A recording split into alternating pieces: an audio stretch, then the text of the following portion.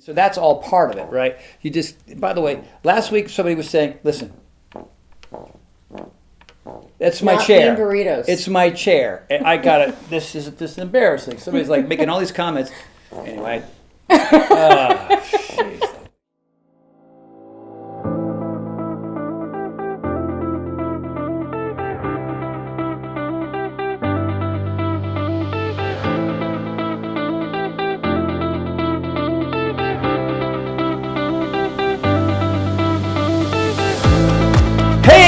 It's I, Tony Horton, and Mrs. Horton, and we are so excited because this is episode lucky number 13, and you had some important things to say to the people. What are they? I do. Well, first of all, can you believe that season 1 is almost over? So sad, man. Yeah, we should let all of you know that there's only one more episode after tonight. And then we're going to take a short break while we work on some really cool things for season 2. Mm-hmm. And if there's anything you guys really want to see in season 2, make sure you let us know. And you can do that by going to Tony's website, TonyHortonLife.com, and you can go into the comments section and say, you know, Tony, I have not seen a question in regard to proper pterodactyl backing up. I mean, is it right foot first or left foot, or do the arms kind of go in a circular? It's a very important question, so feel free to ask me that. Yes. And many others that you haven't seen yet in these first 14. So this is number 13. One more. And then we take a little break, and we'll do season 2. Get our act together.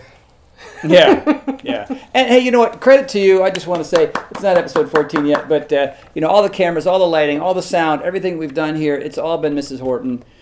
And who had no idea what she was doing when we went into this. Well, you're a quick learner, man. You're a quick learner. Actually, our friend Rachel, who's a comedian, thinks the show should be called Tony Talks over Shauna. So this episode, I'm not going to interrupt you once. I'm just going to kick back and take in every word.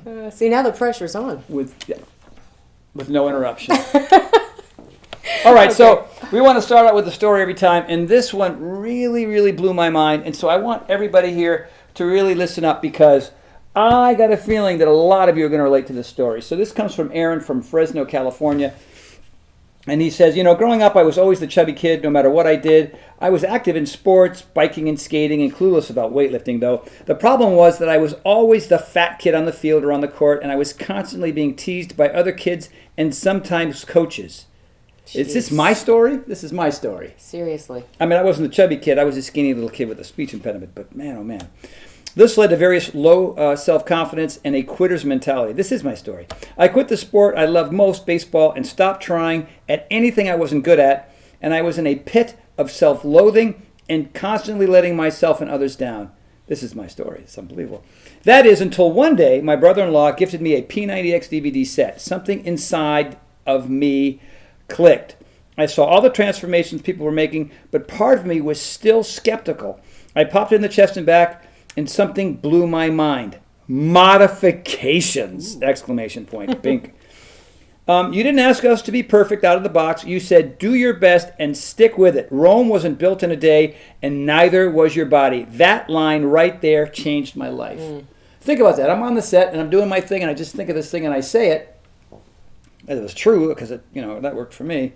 Amazing. All my life I was scolded or punished for not being able to perform at the same level as my teammates and friends. I couldn't run a mile. I couldn't do a push-up. I couldn't even do a pull-up. I didn't know I could power walk a mile or do a push-up from my knees or a pull-up from a chair. And slowly progress was made from there. 3 rounds of P90X later, after tons of modifications, I'm doing, listen to this, 1-arm push-ups, all caps, 1-arm pull-ups, and running half marathons. That is insane. My confidence is, all caps, through the roof, exclamation point. I mean, that's the most amazing. People's butts now, too. I don't know, man. This makes me feel so amazing for this young man. I know. I proved myself that I can actually be better than I was yesterday. This has carried over to my studies. I used to hate math until I approached it with the same mentality, modify the notes into ways that I can understand them, and try again. After 5 years of studying and grinding, I graduated with a bachelor's degree in mathematics and became a teacher to share the same message you taught me. It makes my students, Shauna got all emotional when we first read this. She was like, oh, I'm going to tear up. paying it forward. It's just Amazing. It makes my students get excited to learn algebra because they can finally understand it. I can't thank you enough for all that you have done and continue to do. Rome was not built in a day, and neither was your body. Do what you can and stick with it. Do your best and forget the rest. Aaron from Fresno. That is awesome. Thank you so much, Aaron. I know there's going to be so many people that can relate to that. Yeah. How do you do that? yeah. You go like this. A lot of people can relate to that. Especially this guy here. Yeah. Okay, well, let's start with our questions. All right. And 2 people snuck in 2 questions. So. Oh, you tricky people. But we're going to read them both. So our first question comes from Spencer and Katie in Wisconsin. And Spencer and Katie actually came to our June Paragon. They did. Yes, they did. They most certainly did. They say, hello to the amazing Shauna and Tony. Thank you so much for everything you do. You two rock. Nah. My wife Katie and I loved Paragon. It was a life-changing experience for both of us, and we hope to come again. Like many of your fans, I wouldn't be where I am today without your energy, enthusiasm, and support. I lost over 40 pounds. I had no idea. That's amazing. I didn't either. I started meditating, doing yoga regularly, and even built a ninja course, all because of you, and I cannot thank you enough. So I have 2 questions for you. The first isn't about physical fitness, but more mental. How do you personally visualize success, and what tips can you offer all of us as we visualize ours? Success. How do I visualize success? Well, there's this French expression, raison d'etre, your reason for being, and I think you have to kind of figure that out. I think a lot of people maybe they're successful, but they're not happy, and so it'd be really nice to try to combine these 2 things, success and happiness. There's a great book, The Magic Lamp. The author is... Oh my God, I'm spacing on the author. But, Google The Magic Lamp. It really helped me a lot because, I was all over the place as to who I wanted to be and what I wanted to do. And, originally what I figured out was, I want to be a movie star and I want to have something to do with fitness. And so, And a comedian. I wanted to be a comedian as well. And that didn't work out because I'm not as funny as I need to be a comedian. But funny enough to do fitness, so that all worked out.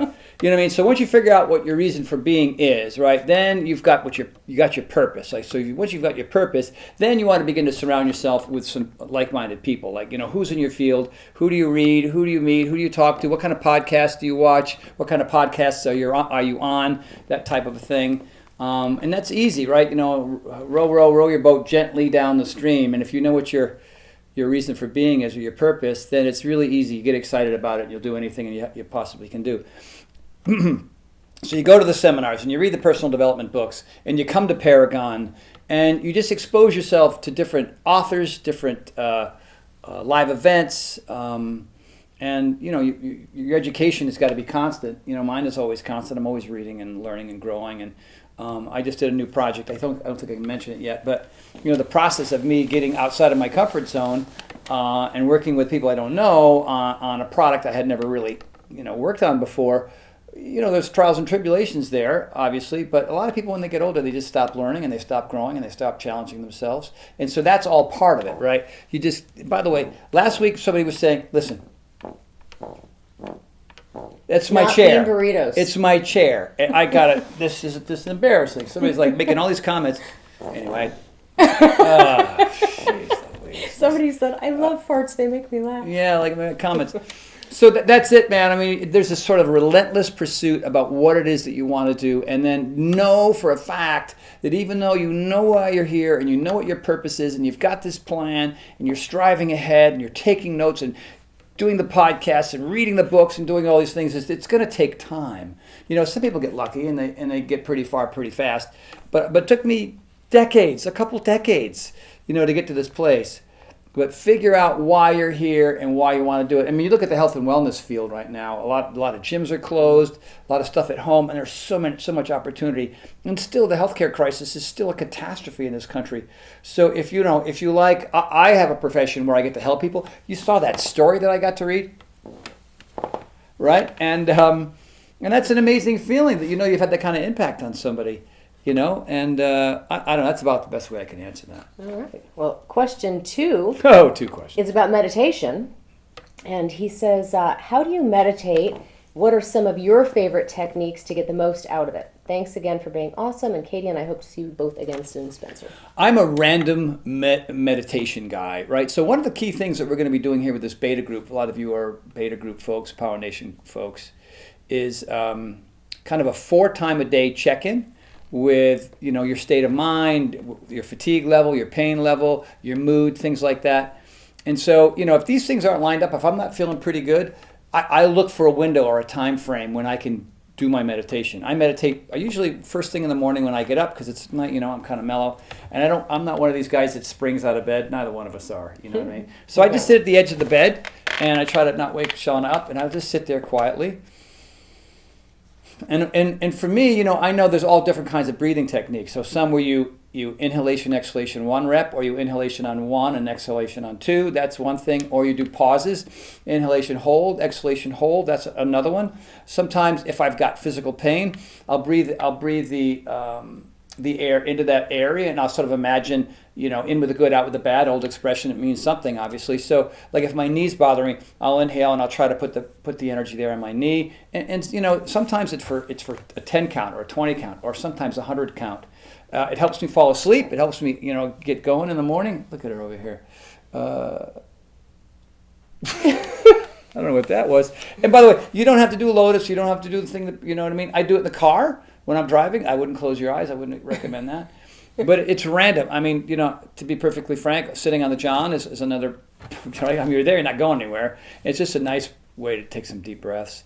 So for me, it's very random like that. Also, I have the Calm app. And I'm part of a men's group, and our men's group gets together every 6:30 every Tuesday night, and we always start with a collective meditation. And so the Calm app, there's a daily called the Daily Calm, and it's 10 minutes, and she kind of walks you through it, right? And there's just little lessons, and I like, and I'll sometimes do quiet ohms, you know, regular ohms, right? But sometimes, you know.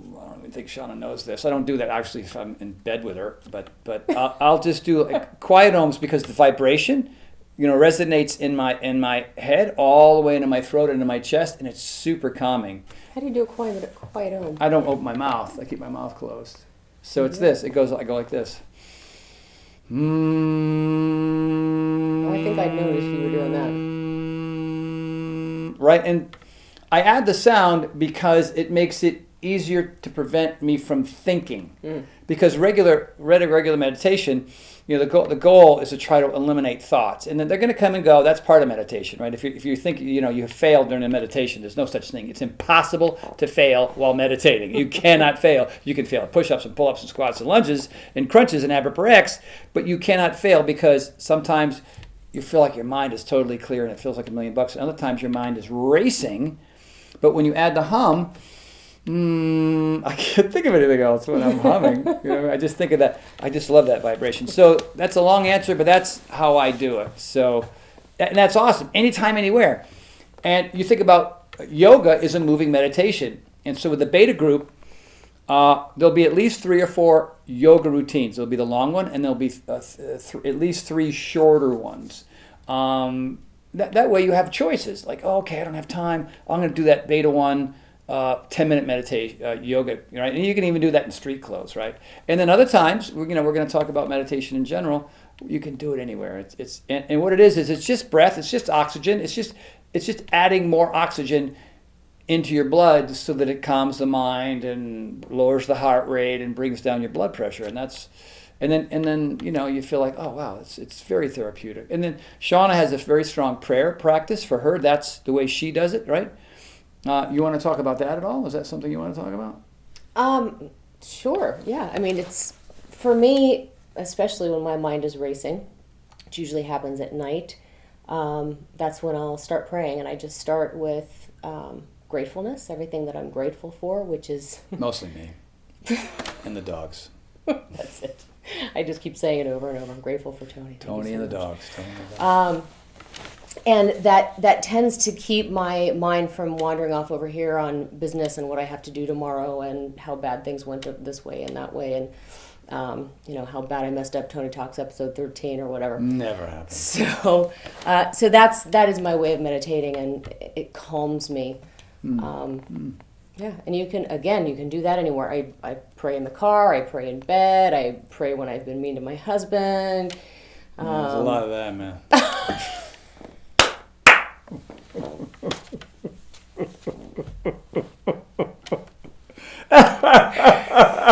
Not true. I pray a lot. Yes, you're not mean to me, man. Never, forever, ever. All right, you're all right. What's going on? All right, next question. Next question is from Craig in Connecticut, and he says, "Hey Tony, I have 2 questions." Another back-to-backer. Krieger, fire away, Bubba. Back in your early programs, you always made a very strong point to tell us to keep our back legs straight when we were doing lunges. But it seems like in your new programs, you're making a strong point to say, bend your back knee. What changed? That's a great question. I've never gotten that question before, and so here I'm going to solve that mystery right now. Early on, I was doing a lot of yoga, and in yoga there's the crescent pose, right? So you're in crescent pose, and the front knee is bent, and the knee's over the ankle, and then the other leg is back behind you. And so the more you drive the back of your knee toward the sky, right? You're on the ball of the back foot. You're activating your glute on that side, right? So think about it. So here's my foot, knee, right? Front knee, and then there's this leg in the back, right? And so if I'm driving this knee backward, obviously that glute of that leg is, so I just thought, hey, why not get into the bonus? And then, so later on when I was creating other programs where you're bending your back knee, so the front knee is here and the back knee is, so you've got 2 90-degree angles. And I was just trying to make it different. That's sort of the more traditional type. I wasn't focusing on the glute there. I was just focusing on the energy that you'll feel in that front quad. So, yeah, I was just trying to, variety is the key to everything, and especially fitness. So, there you go. That's simple. But you do say you should step back on a lunge as opposed to forward, right? Forward lunges sometimes aren't ideal for everybody. It's like sometimes when you do a head roll, some people want to stop here and here. Going back, there's nerves in there. Some people's necks, everybody's designed a little differently. So, yeah, I just always try to give people, I like step back lunges as opposed to forward lunges. And the majority of people can handle forward lunges. But then you add weight, then you got new dilemmas, right?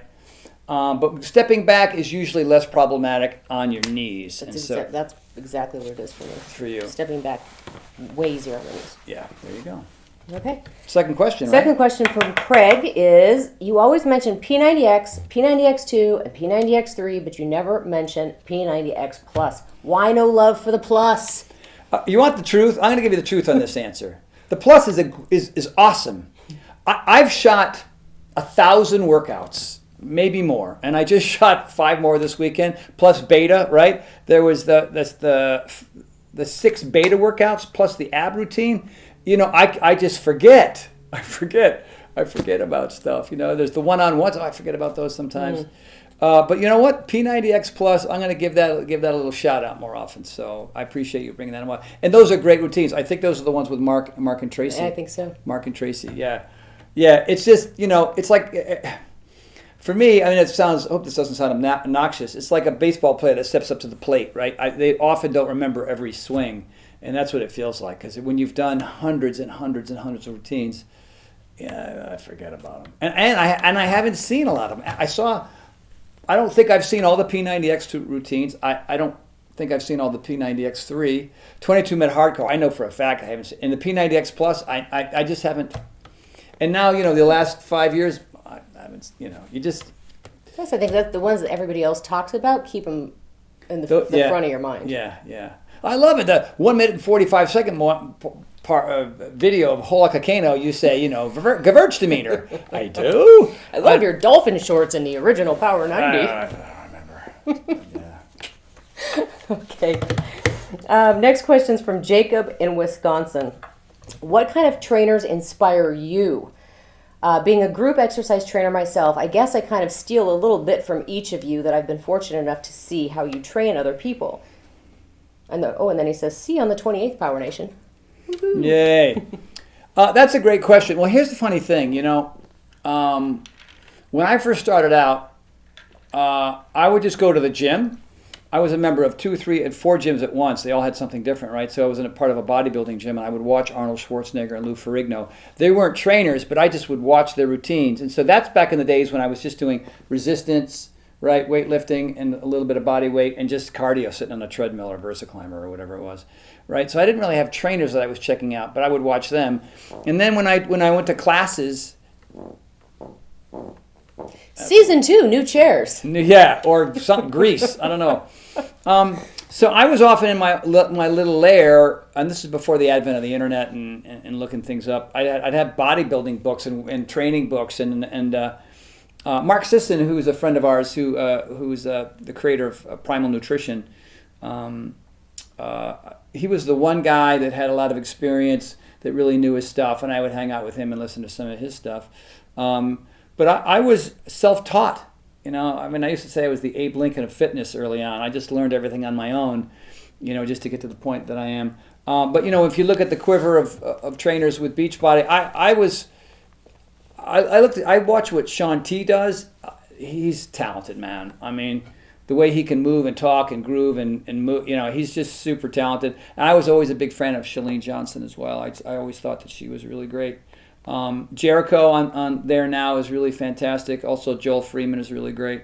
And they've got a new trainer who's a P90X graduate. And I've forgotten his name, but he's brand new over there. He's pretty good. So of that Beachbody crew, I think that crew is pretty good. Right on. Yeah, there you go. Thank you, Jacob. Where are we now? Oh, Kyle in Michigan. And this is going to be our last question before the speed round. Are you ready? Already? Oh my God! It's going to be it's fast and efficient. None of this 45-minute Tony Talk stuff. I should tell a joke. Did you hear the one? I did. Where a horse walks into the bar and the bartender says, "Why the long face?" That's one of my favorites. It's great. There are. I can't tell that one. That's going to get me in trouble. All right, never mind. 2 giraffes walk into a bar and say, "Excuse me, do you serve long necks?" Da da da da da da. Okay. Nice. Kyle from Michigan only wants to know which of the 3 stooges is your favorite stooge. That's the last question? That's the last question. Oh my God. What is this, Tony Talks? 10 minutes? You know what? It's each stooge has their own qualities. Larry. All right. Larry was the goofy one. Right. The bald guy. No, that was Curly. My apologies. Curly was about. Larry had the curly hair, which was always confusing. Larry had the long curly hair, and he had the other guy's name. It was very confusing. And and Mo was just irritated all the time, which Mo reminded me of half the people I ever knew back in the tri-state area. You know what I mean? But I got to say, I have a soft spot for Shemp. I have a soft spot. Shemp was sort of a replacement guy when one of the other guys wasn't around. Oh. Yeah, he would kind of come in and fill in a little bit. So he was like the fourth, like an underdog thing. Yeah, he was like the 4th stooge. Oh. Yeah. So I guess I didn't really answer the question, did I? That's right. Which of the 4 stooges is your favorite stooge? I'm going to have to go with Curly, because he was just such a bumbling, silly, goofy screw-up. Aww. And Mo was always just knocking him around. And there are people who are watching right now who have no idea what I'm talking about, because this is stuff that was... You don't know who the 3 stooges are? I know who they are. I've just never watched them. You never watched... It's still... To me, it's still funny till today. Just like the Tom and Jerry cartoons. Mm-hmm. Like I watch Tom and Jerry now. I'm 62 years old, and I'm absolutely blown away by how funny those are. Oh my God! And the old Warner Brothers stuff, you know what I mean, with the Roadrunner. Mm-hmm. Come on, the Roadrunner. Hey, you're great. Yeah, and Bugs Bunny and Daffy Duck. Forget about it. So good. All right, speed round. Well, there you go, everybody. There we go. This is it. I'm gonna pull out my list too. You're not the only one. I know. You're a copycat. But at least you're not copying my questions this time. No, I know. I was such a ripoff last week. Such a ripoff. What a lame. I'm Mr. Lame. I should have refused to answer them. You should have. Well, these are my questions, and I'm not answering my questions. Okay. Are we going to take turns? Yeah, we'll take turns. Fire them off. All right. All right, Mama. If you could own one exotic pet, what would it be?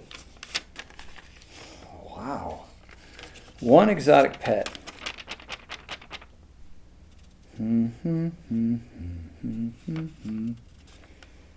I think a giraffe would be just insane to have in your... Man after my own heart. See? Oh. I know. We were in at Disney World down in Florida, where were we staying at the hotel? They're just giraffes, giraffes outside our window. It was nuts. That wild animal park. I don't remember what it's called. Yeah. My nickname used to be Baby Giraffe. Oh, why? Because you had all these lanky, goofy I was legs? super clumsy. Remember how clumsy I used to Yeah, be? when I met you used to fall down like every 5 minutes. Like, you just walking on, douche, I was on I'd fall on up the pavement. stairs. But you don't do that anymore. Maybe No. it's the fitness or something. It's gotta be. Yeah. All right. Okay. I got mine. If you had a career, if you had a choice, what would be the career that you would want? Like, that would be the ultimate gig. What would it be? Oh, I'd own a horse ranch. Own a horse ranch. All right. I'll work on that. Probably not like Is that a right? breeding ranch, but probably a boarding facility. Here's what's crazy. I did not know that. Like, I would have. Like, this is why we do this so we can get to know each other. Yeah. 12 years in, we're still learning things. Oh my God, horse ranch. Yeah. All right. Hey, we're gonna need another 10,000 people in the beta group so I can afford the horse ranch. All right, everybody. I mean, even a boarding facility, just a nice, big, beautiful people Oh my come God. and ride their horses and arenas, and Oh man. I would love that. That's your world, isn't it? Totally. All right, fire away. Okay. What is the best compliment you've ever received?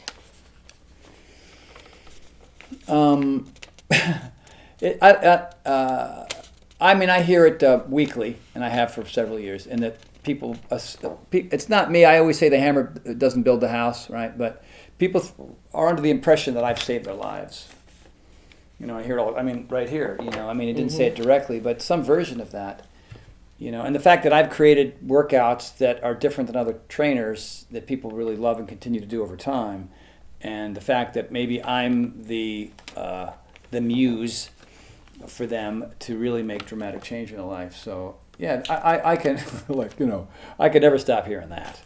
You've changed my life, and it always blows my mind. My answer is, hey, that was you, and it is them. It's Aaron. Aaron did this work. I didn't do the work. I just gave him the right tools. He hadn't seen the right tools before. He had coaches that were berating him when he didn't do something perfectly. Like, I had that same experience. Like, who are these coaches? Like, get a degree in sociology and humanity and psychology before you go on and start beating up people because they're not doing things perfect. That blows my mind. And I had that experience in high school. These coaches. I had one good coach in high school, and the rest of them were just boneheads. Just lame. Terrible. And other students might think otherwise. Maybe they like getting the snot beat out of them. It's not my style. Not me.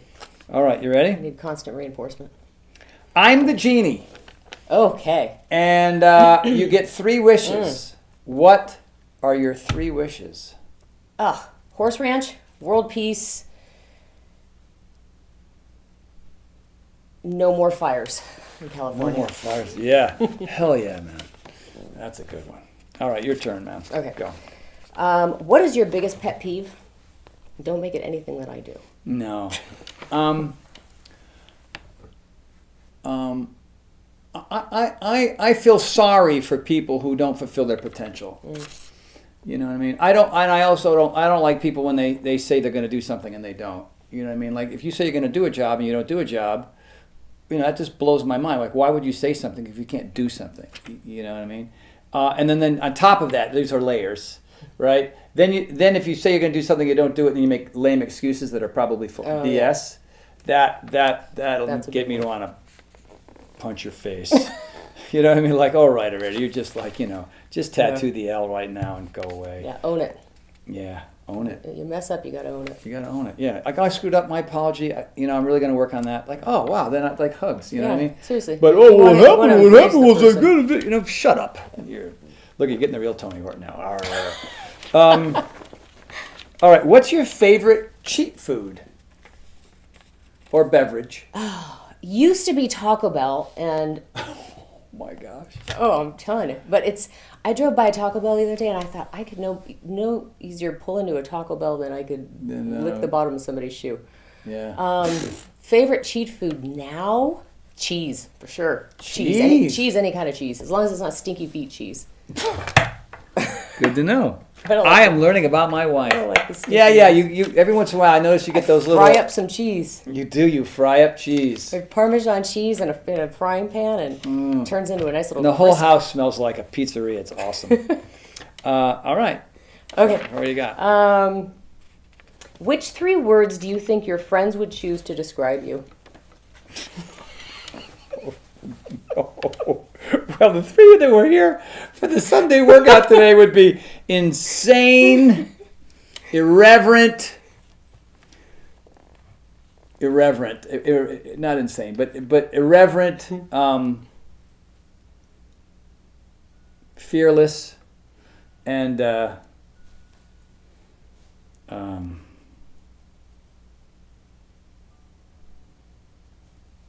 know. Out of control, which is 3 words. Double OC is really the acronym. Yeah, I mean, I'm a weird dude, man. Well, I've heard a lot of your friends describe you as generous. No.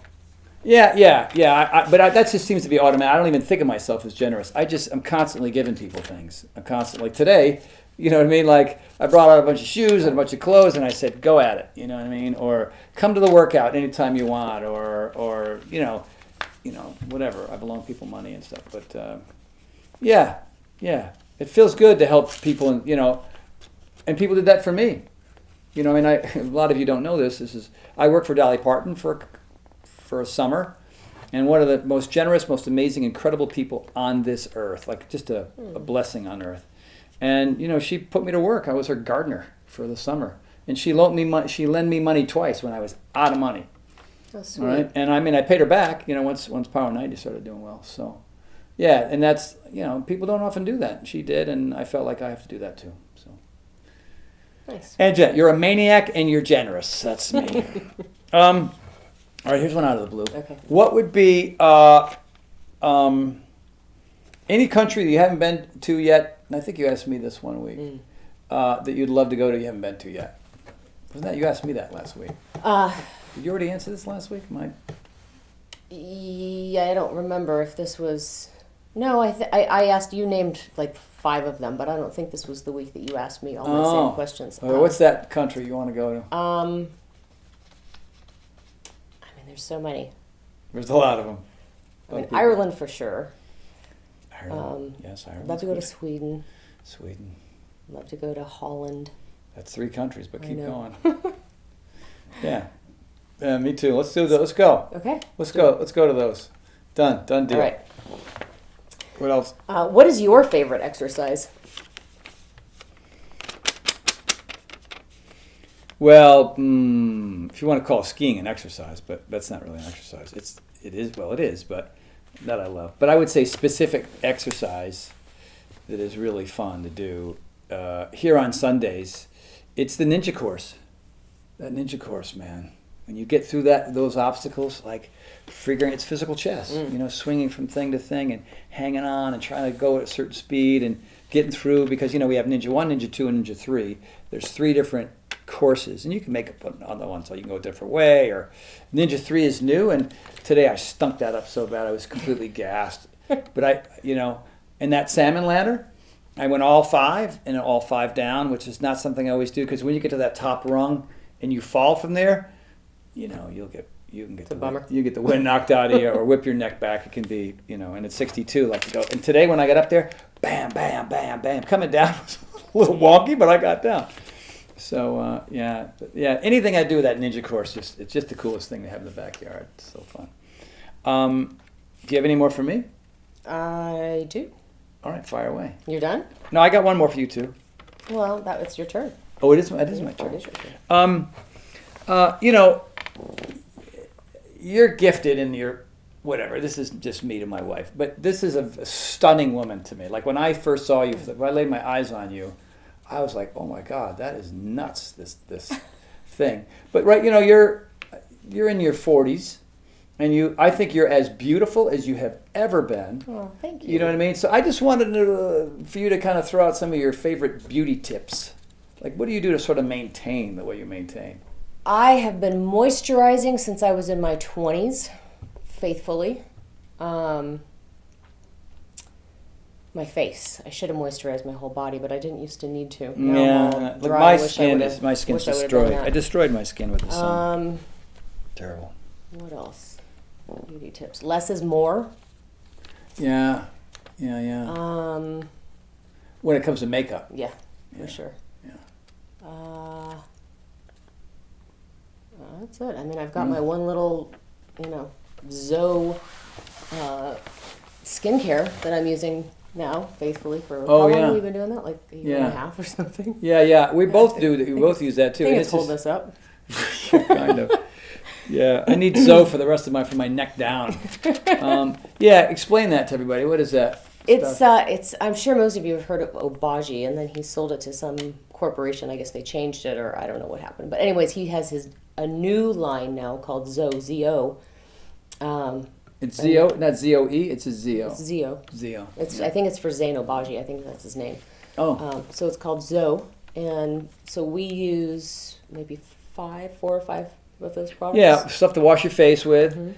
These pads. Like scrub if you're like I need to exfoliate all the time. Oh, exfoliation. That's another good one. Yeah. Exfoliate that. So it's a scrub that has some grains in it that kind of takes the dead stuff off, and then there are these pads that are sort of medicated that it reminds me when I was a kid and I had acne, that kind of pad. And then there's retinol. Is that what I put on? Retinol, which I got to be super careful with. I can't use that. The My retinol skin is already too red. Because I have eczema. and acne and wrinkles. I got all kinds of crap because I'm friggin' old. But that seems to help. And then their moisturizer. It's not like we're doing anything too nuts, but it's a daily thing. And I think. And I love their and sunscreen. It's another must. Sunscreen. The ultimate tip. He and I both used to just bake in the sun for a decade. Lame. And now we're paying for it because every day I have a new brown spot. Look! I was out in the sun today, and I thought I had enough sunblock on, but I don't think I did. You got red. I know, man. I got cream. Shame. Well, on you. That was I have one more. Oh, jeez Louise. What do you suppose that means? I have no idea. I don't know. All right. We're going to wing this last one and then we'll know. See what's happening. All right. What is your favorite go-to meal when you have to cook for yourself? Spaghetti. Awesome. Make spaghetti. Boil the water, put it in, put the sauce, eat it till I'm so bloated I can't move. Okay, perfect. There you go. Well, we hope that wasn't the cameras shutting off. And that's it for episode 13. Episode 13. And you'll see us back for one more episode 14. One more, and then we'll have some more news, and then we'll take a short break like we said. Right. So thank you, everybody. Great questions. A phenomenal story from Aaron today. Aaron, awesome, everybody. Peace out. 14, one more. See you then. Bye-bye.